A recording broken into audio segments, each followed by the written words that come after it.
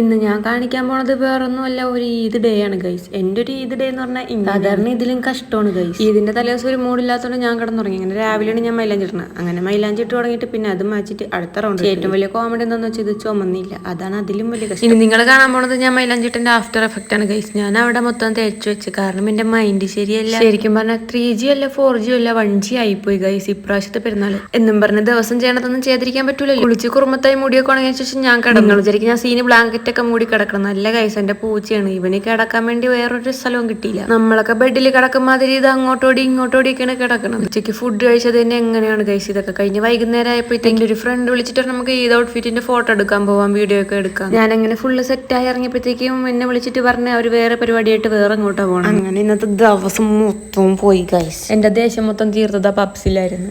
ഇപ്പൊ നിങ്ങൾ വിചാരിക്കും ഞാൻ എന്താ വിരിഞ്ഞിരിക്കണെന്ന്. വിരിഞ്ഞിരിക്കണല്ല ഗൈസ്, ടാർപ്പാണക്കത്തെ ഒരു ടീഷർട്ടാണ്. അവിടെ ചായയും കുടിച്ച് ആസ്വദിച്ചോണ്ടിരുന്നപ്പോഴത്തേക്കും ഒരു അതിന് ഓൾറെഡി എണീറ്റ് നടക്കാൻ വയ്യ. അതിന്റെ ഇടയിൽ കൂടെ ചങ്ങല. ഈ ഇത് ഡേയിൽ പറയാൻ പറ്റുമെന്ന് എനിക്ക് അറിഞ്ഞൂടാ. ഇതിനെ കൊണ്ട് കളഞ്ഞോണ്ട് ദൈവം അങ്ങോട്ട് അനുഗ്രഹിച്ച് വിടാം. അപ്പൊ ഓക്കെ ബൈ.